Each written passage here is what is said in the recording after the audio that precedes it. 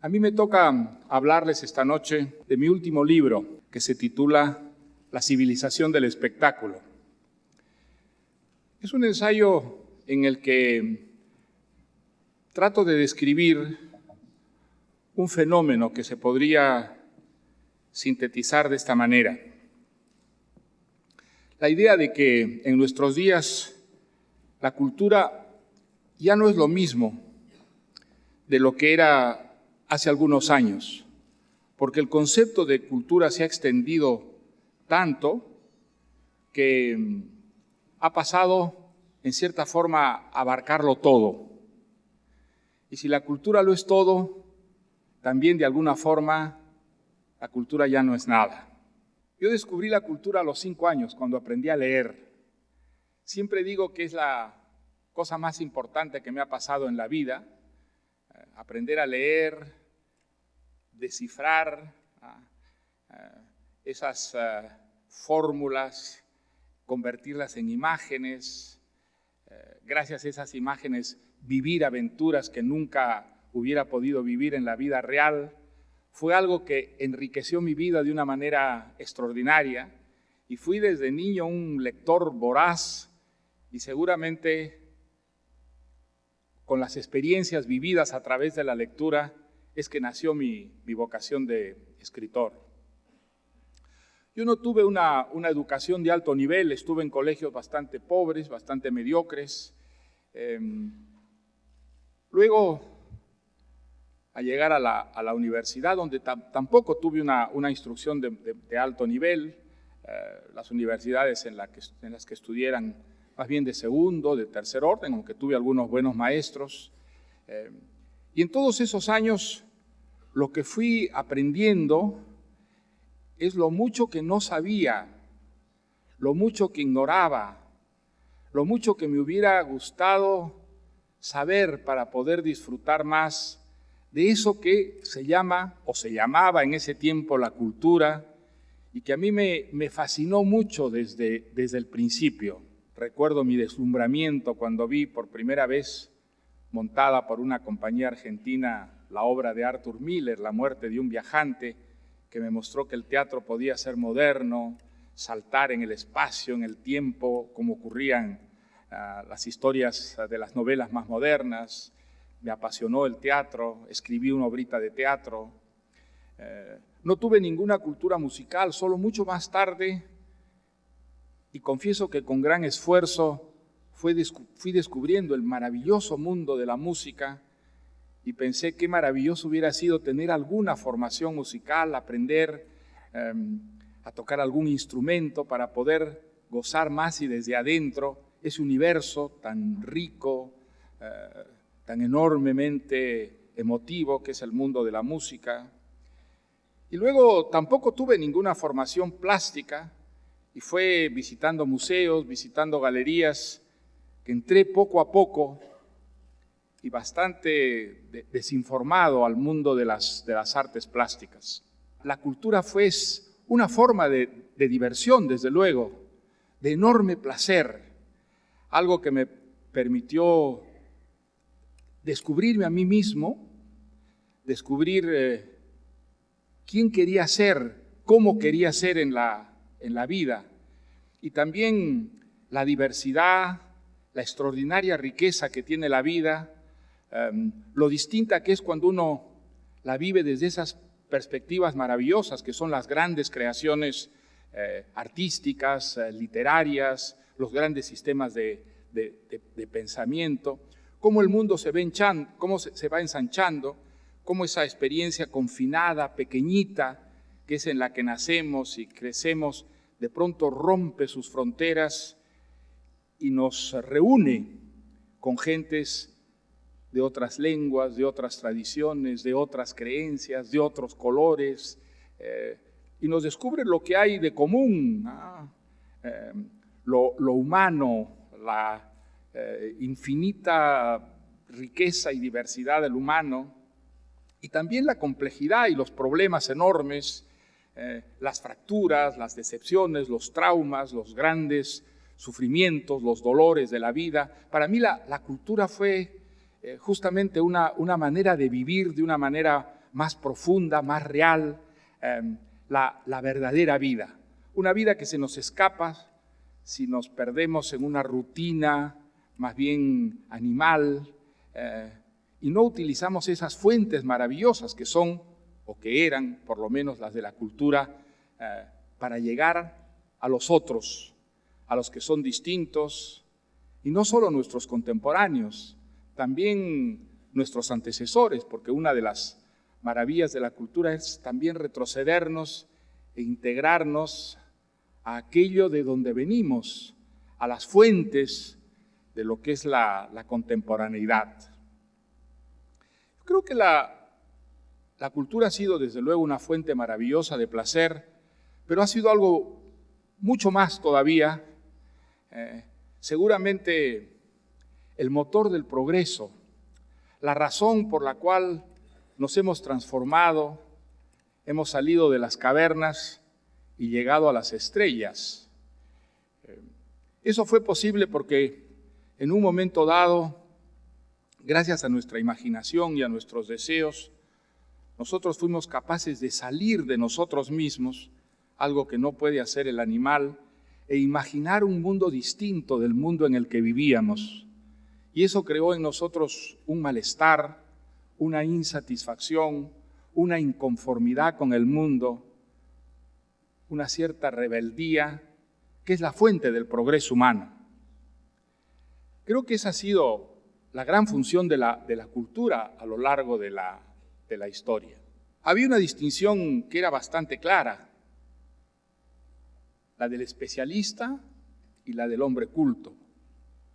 Sería una gran equivocación confundir al especialista con el hombre culto. El especialista sabe mucho de una cosa y generalmente ignora todas las demás. El hombre culto es un hombre que no se deja confinar por la especialidad, la rompe y busca justamente la comunicación a través de las diferencias, las enormes diferencias que constituyen la comunidad humana. A la cultura debemos, en algún momento de la historia, que naciera el individuo, que se separara de la masa gregaria del que era apenas una pieza y que surgiera como un ser soberano con derechos propios, con deberes también, desde luego, pero sobre todo con el derecho a la diferencia, a ser él y no una mera reproducción de la comunidad, del conjunto, de la colectividad. A la cultura debemos que en un momento dado el hombre insurgiera contra el despotismo, contra la conversión de los seres humanos en objetos comandados por un hombre fuerte, un soberano o un sátrapa. A la cultura debemos la idea de que todos los hombres son iguales y que por lo tanto todos los hombres deben ser respetados en ciertos derechos básicos y que ese es el principio de la comunidad civilizada, cívicos, políticos, sociales, de alguna manera han tenido siempre una entraña cultural. Es la cultura aguzando nuestra sensibilidad, estimulando nuestra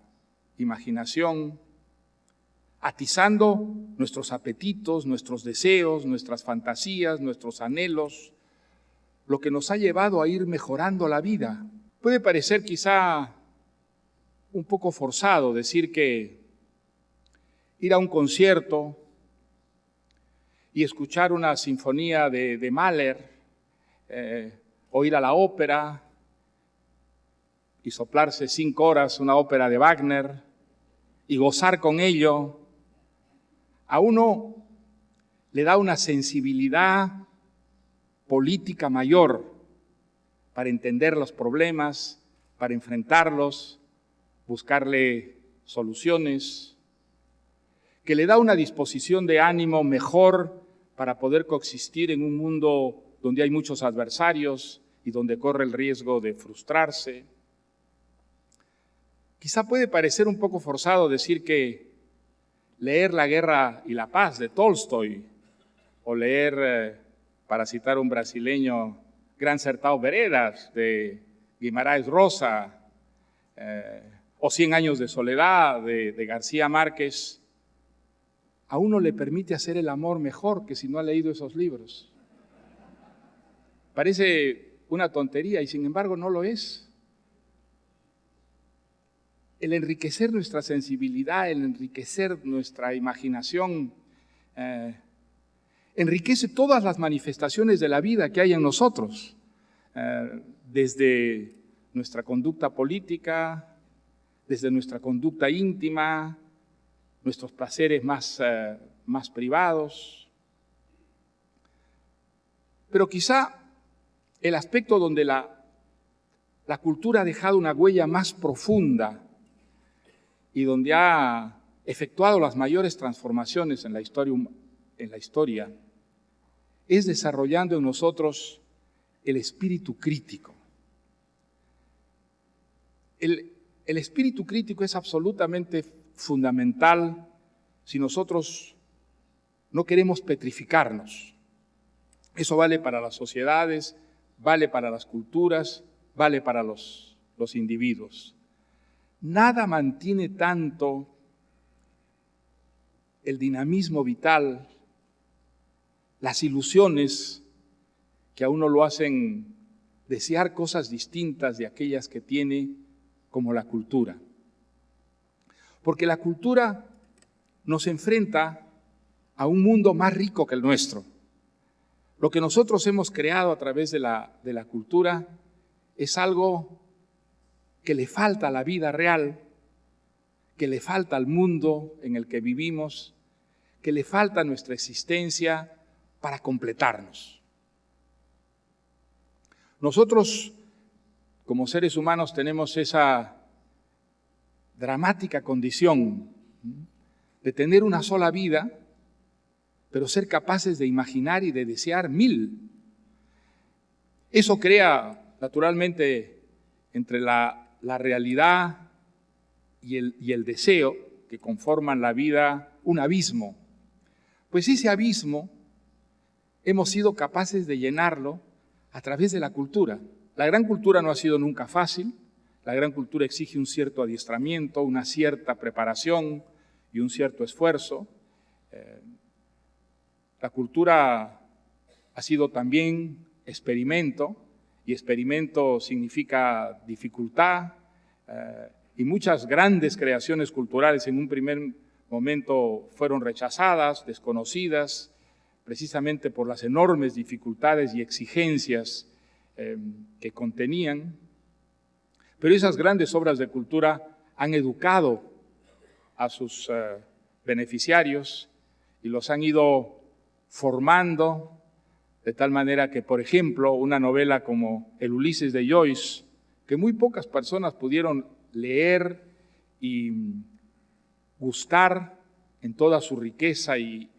complejidad en su momento, hoy día es un libro que tiene miles de lectores en el mundo, porque ese libro ha sabido crear a sus propios lectores que hoy día comprenden su riqueza y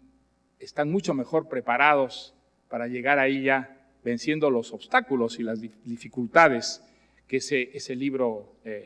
les opone.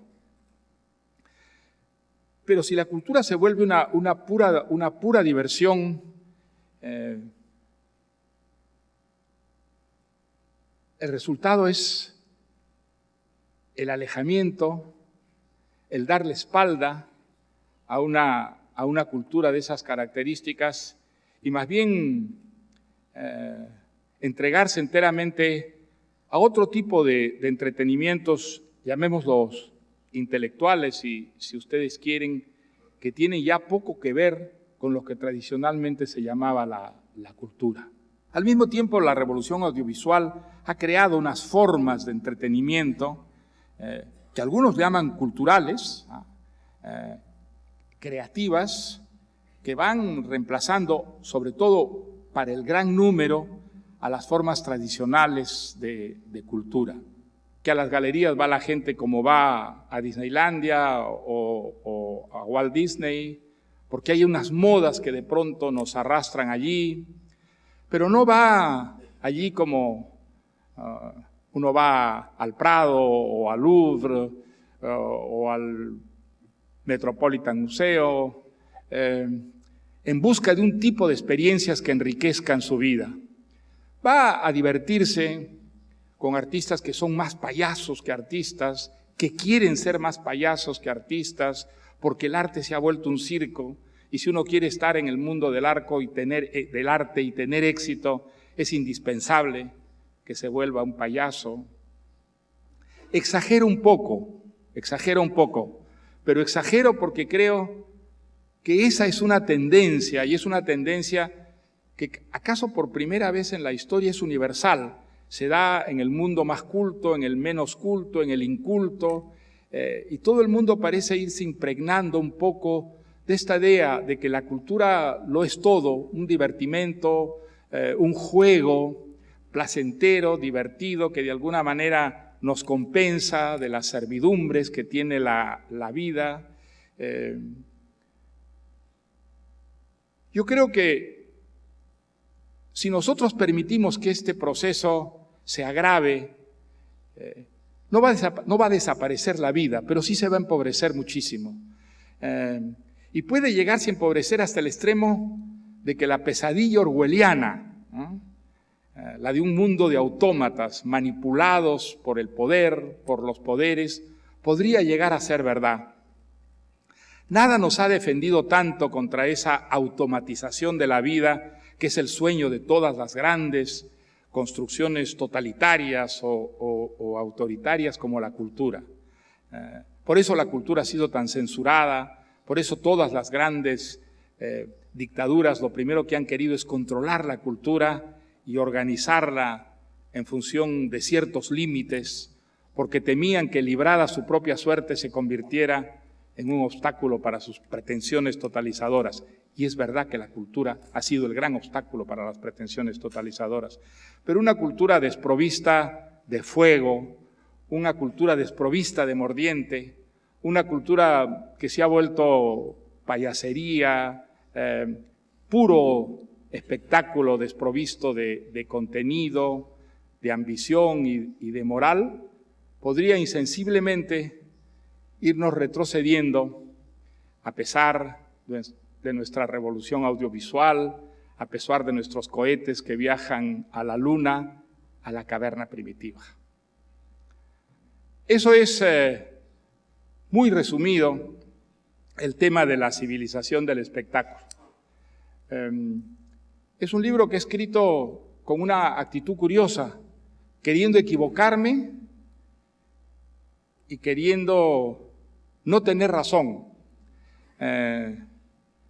Quizá los años me han vuelto un poco más escéptico, pero